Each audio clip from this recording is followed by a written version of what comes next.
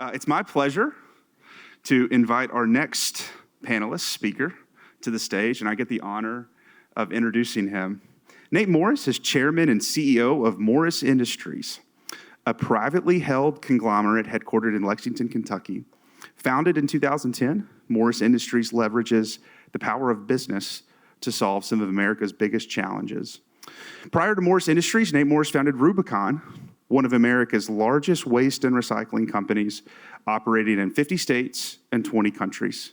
Legally formed in 2009 with a $10,000 line of credit, and under his leadership as CEO, Morris led a $2 billion transaction to bring Rubicon public on the New York Stock Exchange. Rubicon was only one of 9 Kentucky companies to become public in the 230-year history of the New York Stock Exchange. A 9th-generation Kentuckian, Morris's family descends from Morgan County in the heart of Appalachia. A product of public schools, Morris was raised in a union household by a single mother. He was the first Kentuckian to be named to Fortune magazine's 40 Under 40 list and is a regional winner of Ernst & Young's Entrepreneur of the Year award. He's also the youngest inductee ever to the Kentucky Entrepreneur Hall of Fame. Through academic scholarships and working, Morris graduated from George Washington University, studied public policy at Princeton University, and earned a business degree at Oxford University. He was elected Phi Beta Kappa and named a Fulbright Specialist Scholar. Morris holds an honorary doctorate of letters from the University of Pikeville. He is the founder and managing trustee of the Morris Foundation, whose mission is to provide access to the American dream for all Kentuckians. He currently serves as the entrepreneur in residence at the University of Kentucky's Gatton College of Business and Economics and is the chairman of 2X Game Changers. Morris and his wife Jane reside at Commonwealth Farm in Lexington. Can we give a warm round of applause to Nate Morris?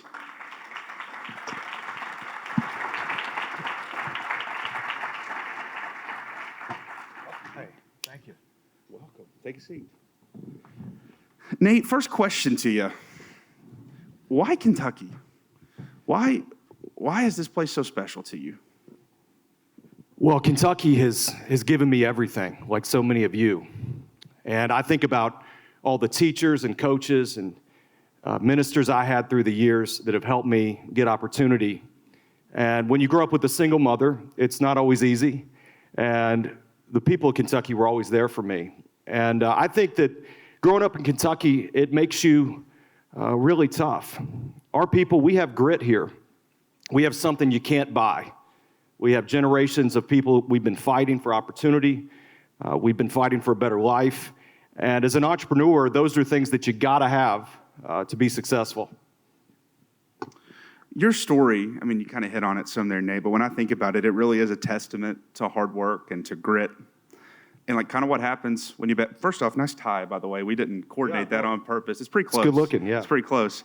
But I guess, really it started with you making a bunch of phone calls, right? And I mean, so tell me though, like when you were getting to the point when you started to believe in yourself, I guess, did you expect to be where you are today and where you're going? I guess, how did that start to form in your mind? Look, I feel like I didn't have a choice. I had so many people invest in me. And my family have been working hard for generations, like all of our families out here in the crowd. And I feel like I owed it to them that I had to do something for them and to give something back as well. And 19 of my family members worked in an auto plant in Louisville. And I saw them, be bone tired every day working. And these are family members that were investing in me, trying to get me an education and trying to get me more opportunity. And I said, we got to figure something out and do something big here. And one of the things my mother used to tell me, that one of the few things you have total control over is what you think about. And she said, we may not have a lot of money, but thinking big is free. And that's one of the things that I tell entrepreneurs is that think big, because at the very least, you're going to get a much better outcome when you're thinking that way as opposed to thinking small. Talk a little bit about, like, what was it like building an international business that was publicly listed kind of in the heartland? But talk about your experience there. Well, I tell all entrepreneurs, Elon Musk is in the news a lot these days, and he has a quote, and he said, entrepreneurship is like chewing glass and staring into the abyss. It is a very, very tough road for a lot of people. Every day as an entrepreneur, there's a crisis. There's something going on that you don't like. You're fighting market conditions. You're fighting the government on regulation. You're fighting tough circumstances in an industry where you're trying to upend and disrupt it. And that's something that, it takes a lot out of you. But I can't think of anything that's been more rewarding to me than to give somebody a job. There's nothing more precious that you can do for somebody in a family is to give them opportunity. And I'm proud of the hundreds of jobs we created, starting with the $10,000 line of credit, as you said. But because of that entrepreneurial spirit we got here in Kentucky, we were able to think big and say, how can we give opportunity to a lot more people out there? Well, I was one of those first jobs, Nate. Nate was my first boss. And he did a great job, by the way. He was one of the best people I've ever hired, and I'm so proud of everything he's doing. So nobody could sell like Kobe. It's crazy how much you learn about yourself when you make 100 calls a day and you get punched to the face, and you got to keep going. There was a lot of lessons learned early on. Talk a little bit, Nate, about if you were to try to do what you did and replicate or do it in Eastern Kentucky. Talk about there's a lot of partners in this room, and we believe in the value of entrepreneurship and innovation, and we want that type of talent that we know. I really believe you're born an entrepreneur.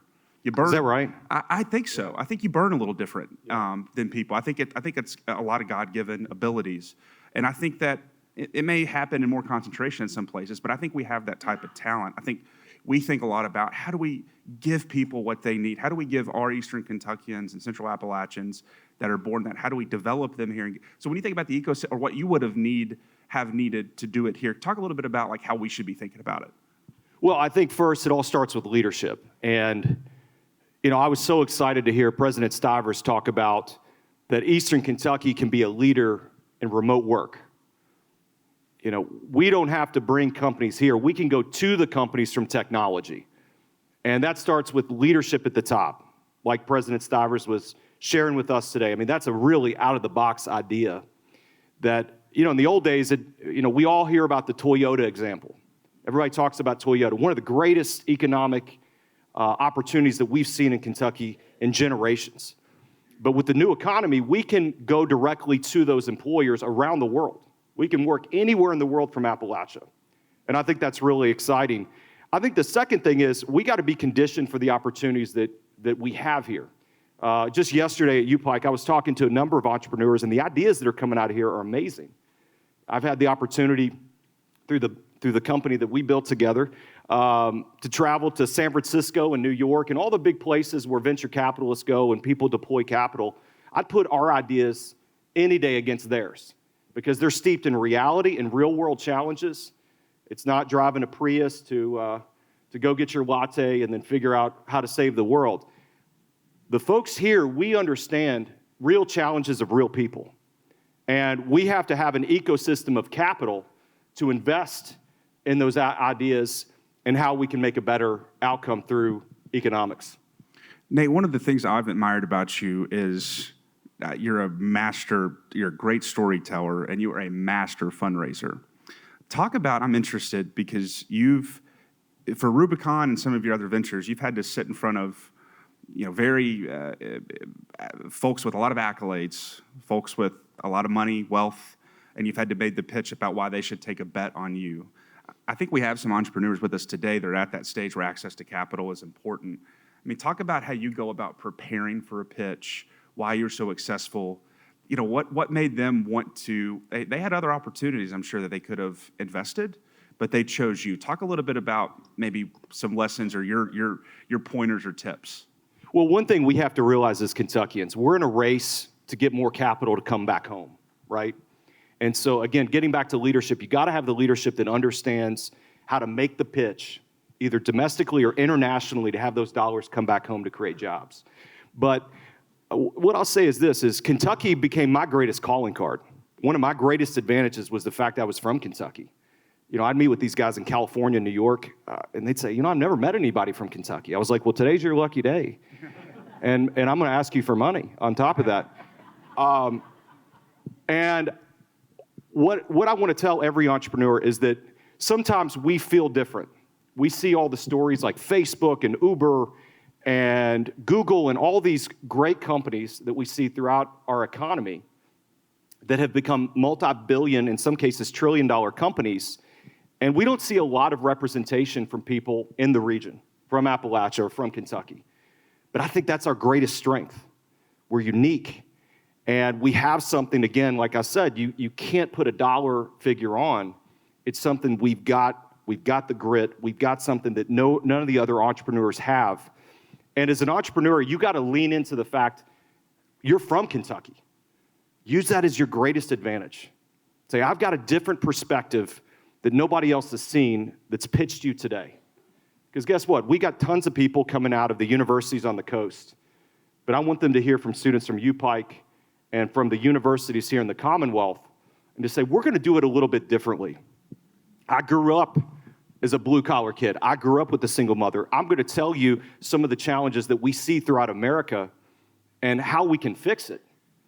Because a lot of people, just throwing money at the problem is not enough. You've got to have the experience and the ability to relate to the challenges that we all face. And I think that's what our entrepreneurs have got in spades among anybody else. I'm interested. Talk a little bit about, we talked about the $10,000 line of credit. Talk about those early days. Oh, man. Yeah, I know. This is turning into a therapy session. I might have some glass back here I can break if you want to chew. But, talk about how you built it, those steps. Like, what were the pivotal moments, the pivotal conversations? Eventually, you were unbankable. Just talk about how it came together. Well, first off, I had a really great partner, and my buddy Mark Spiegel, who we grew up together, and then brought other early and founders along the way, and we had great investment from some folks early on that believe. But let me tell you, being broke sometimes can be a great thing. I was motivated because I was broke. And for those of you that have experienced not being able to pay bills, not being able to help your family, there's nothing that'll get you out of the bed quicker than that. And a lot of entrepreneurs tell me, well, Nate, I don't have any money and I don't have any connections. I was like, well, congratulations. That's amazing motivation. And that's something that helped me say, I got to make it. We got to make this work. We're going to find a way to do it regardless of everything going around. Now, remember, we started the company right after the Great Recession. So Wall Street had collapsed. The economy was in the tank. And I tell people that's when the greatest opportunity is, because guess what? Folks are afraid to move. Folks are afraid to take the risk. And that's the time to take the risk. And that's the time to be out in front and saying, this is how we can solve the problems right now going on in the economy. Talk a little bit about kind of what you're doing now. Tell us a little bit more about Morris Industries, Morris Foundation, and we'd love to hear a little bit about this kind of next phase for you. Well, I started Morris Industries in 2010 alongside of Rubicon, and we're a conglomerate of companies. So we've got all different kinds of companies inside Morris Industries. One of the things I'm really proud of is that I was an early investor in Vivek Ramaswamy's Strive Enterprises. So those of you that have seen sort of the backlash against woke capitalism and getting back to meritocracy and getting back to rewarding outcomes and driving results, that's what Strive is all about. So I'm really excited to partner with Vivek's company, and I think really give a challenge when we look at the way our pension dollars and some of the public funding is managed. It's got to be all driven on performance, not on picking winners and losers based upon what people in Washington decide. Also, as I mentioned last year, I got into the insurance space. And one of my goals is to help American families get access to creating an estate for their family. And you talk to working class families like mine, to create an estate, that's something they've never talked about. But how can we begin to build an estate for families to be able to pass that nest egg on to the next generation? And so that's what the insurance company is all about. And I was very excited. I got out of Rubicon right when we became public, and my non-compete expired 2 days ago. So I'm excited to get back in the trash business. I love garbage. I think it's one of the greatest money-making opportunities of our lifetime. And I'm going to be getting back into that real soon. So I'm very excited for that. And non-competes, they may not be a thing anymore, right? I know there's some, but yours ended 2 days ago, so it doesn't matter. I don't like to take any chances with that. Yeah, that's right. I don't. But I'm very excited, and I think Kentucky, because of its geography, for those of you all who don't know, we're about a day's drive from 90% of the United States. So we can get from Kentucky to just about anywhere. So logistically, we have such an advantage. We are the breadbasket of the United States as far as being able to get out, get opportunity, and get goods around this country. Now, also, we have goods that are coming in that get trashed. About 50% of everything that you see online through some of the e-commerce platforms end up in the landfill. This is stuff you send back. Maybe it gets broken. Maybe it needs to be repackaged. And I saw this and I said, this has got to change. We got to figure out a way to recycle these items, or we've got to repurpose them or resell them, not just throw them in the trash. And so that's what I'm working on next. And I think Kentucky's going to be a great hub to be able to build a company like this, be able to scale it, and really lead the country in solving a big environmental challenge without getting the EPA involved and having the EPA bear down on us. So I'm very excited about that. I forgot to lead with this, Nate, but Nate also celebrated his birthday yesterday with us in Pikeville. So happy birthday. Thank you. Exactly how you thought you'd spend this one, right? Right look, on stage. I love to be back in the mountains, and y'all gave me quite a visit yesterday. Got a chance to have dinner with Governor Patton, and really had a great time. So I couldn't think of a better way to spend my birthday. Kind of maybe last question here, Nate, and I'll give you the final word. But I'm interested kind of from the panel that came before you, kind of talking about some of these complex, deep-seated issues in Eastern Kentucky that we're going to, have been doing great work on, but that just takes time. Obviously you're a business person. You're a guy that's as an entrepreneur. How do you think about involvement from the public sector, nonprofits? How do you think about like that ecosystem of what you can bring to the table and what you need from those other partners to come together and all kind of pull their part of the rope, if that makes sense? Well, I think we have a responsibility as business leaders, first off, to give back, right? I'm here because of so many other people. The coaches, the ministers, the teachers, my public school education here in Kentucky. So we all got to pull together as business leaders to say, look, we can figure it out. If we can build the kind of companies we build, we can figure out a lot of the challenges that Washington and the government can't figure out. But I think the university system is critical. So take UPike, for instance, where we're here today. About 80% of our graduates out of UPike stay in Kentucky, and most of them are first-generation college students. Now, to go from a generation of not having a college education to go to college, that's a big leap. But students here, they feel comfortable in making that transition, and that's why UPike is so important, because the student we may not get to college feels comfortable coming to UPike and has community here to be able to figure out how to be successful. And guess what? They're going to stay in Kentucky. So they're going to get educated, and they're going to stay in Kentucky, which I think is a real boon for the Commonwealth, because we got to have these centers of excellence like UPike to train the next generation. Because without the skills, we cannot compete in the new economy, and we cannot compete.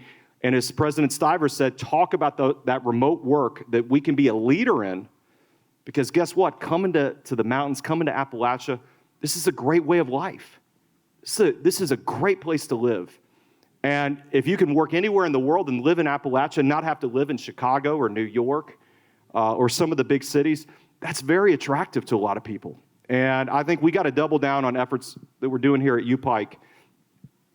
Get our folks to stay here, get trained here, and be able to give back right out of the gate. And I think that's what UPike's done a great job of doing. And I really commend the leadership here and how this university has transformed in the last 5 years. It's remarkable the impact that they're having here on Kentucky's economy.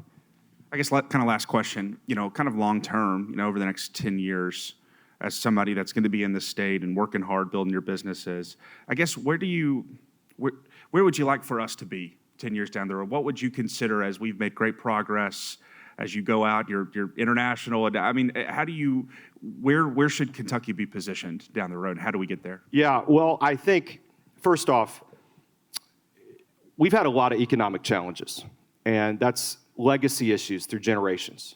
As you mentioned, the Morris family, we're from Morgan County, right? And we've had our share of challenges economically, but I think Kentucky is getting ready to ascend to new heights.